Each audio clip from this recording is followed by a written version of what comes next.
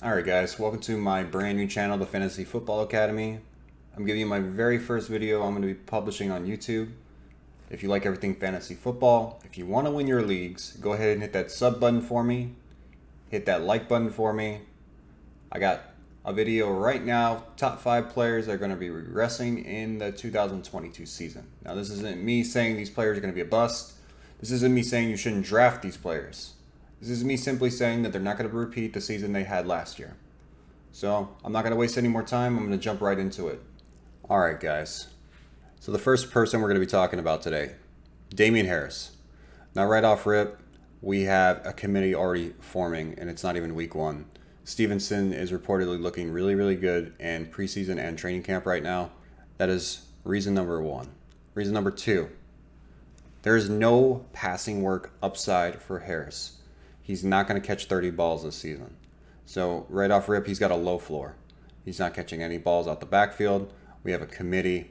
Last season, he had 15 touchdowns. That's not going to be a sustainable number on a guy that doesn't catch any balls out the backfield.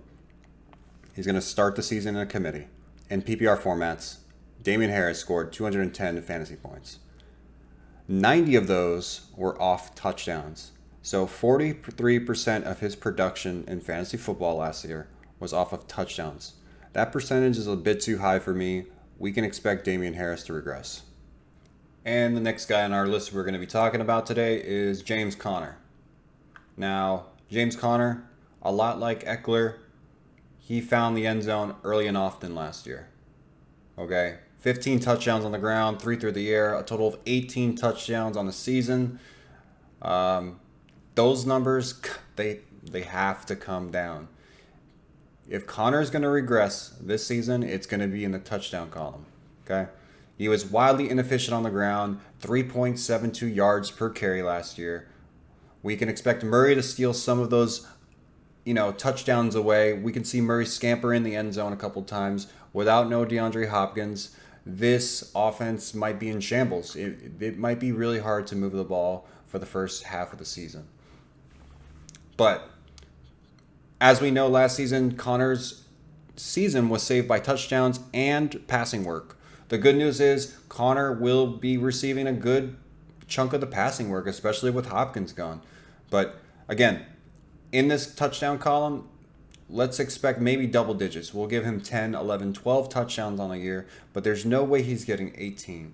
It will be nearly impossible in this offense this year. The third guy we'll be talking about today is Austin Ekeler. Now, it pains me to put Austin Ekeler on this list. We know he's a good back. He's a great fantasy back. He's a great PPR back. But we got to look at the obvious with Ekeler. 20 touchdowns. Again, there's going to be a growing theme in this video. Touchdowns, touchdowns, touchdowns, touchdowns. It's very hard to predict these touchdowns.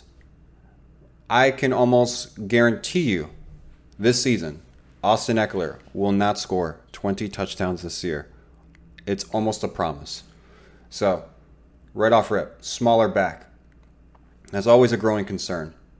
We were very surprised to see how Austin Ekeler was used in the red zone last year. So, let's go back a little bit. Since 2018, Ekeler's output on the ground was, in 2018, he scored 3 rushing touchdowns. 2019, 3. 2020, 1. And in 2021, he scored 12 touchdowns on the ground. So, this was more of an anomaly season for Ekeler. We can't expect those touchdown numbers to stay as high as they were. They will be coming down. They just drafted Isaiah Spiller. He doesn't have a role in this offense yet. It looks like he's going to be the third string running back to start the year, but we might see him down the stretch being used as a thumper inside the 5. So I don't expect Ekeler to be bad in fantasy. He's going to be a PPR stud. He's going to be drafted in the first round of your leagues, and rightfully so. I would draft him too. But the touchdown numbers, they will come down. I would be happy if he scored 10 touchdowns this year. So we just got to keep an eye on Ekeler's production in the touchdown range. And number 4, Joe Burrow. Now, it pains me to put Burrow on this list. He's one of my favorite QBs in the league. People aren't going to like this. I understand, and I understand why. Joe Burrow was a champion in college. He gave fantasy footballers some championships last year in week 16 and 17, what is a beautiful performances. If you had Joe Burrow in your fantasy team last year, he most likely won you a championship. Now, let me start by saying Burrow's consensus ranking right now is QB7. So, if you want Joe Burrow on your team, you're going to have to be drafting Joe Burrow around the 5th round. So, what does that mean? That means we are drafting Joe Burrow closer to his ceiling than his floor. In most cases, this doesn't really work out in fantasy football. We don't want to be drafting players closer to their ceiling than their floor. I understand why it's happening, because Joe Burrow was amazing down the stretch last year. It was fun to be a part of. But those people that were a part of it and won a championship are going to reach for Joe Burrow a little bit. So right now his ADP is a little inflated. Now, if Joe Burrow is going to repeat the numbers he had last year, the Bengals need to move their offense quicker. They had one of the slowest pace offenses in the league last year.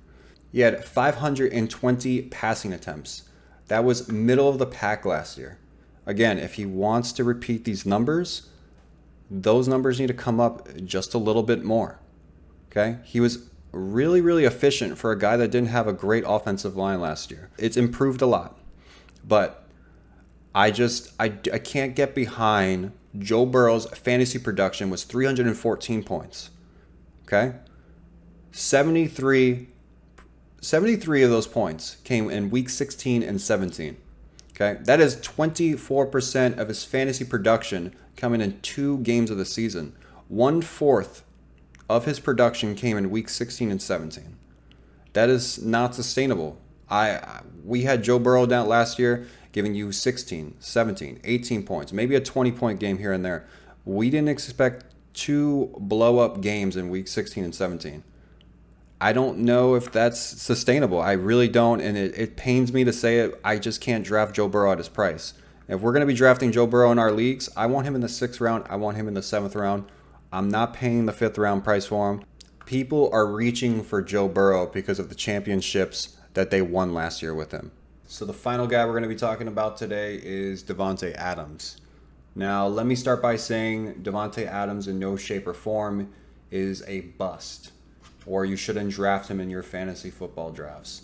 I just think we as fantasy owners have been spoiled with the time he had in Green Bay with Aaron Rodgers. He's not going to have the same volume that he did in Green Bay. Derek Carr, he's gonna target him. They have a repertoire since going back to college. But we can't expect the same numbers and the same efficiency that Rodgers gave him in Green Bay. I know they're friends.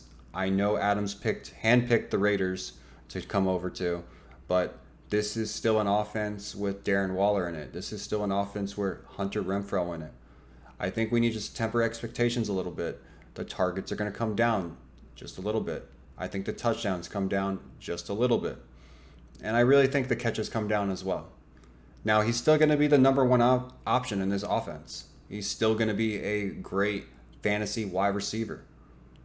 I just don't expect him to be the number one wide receiver this year.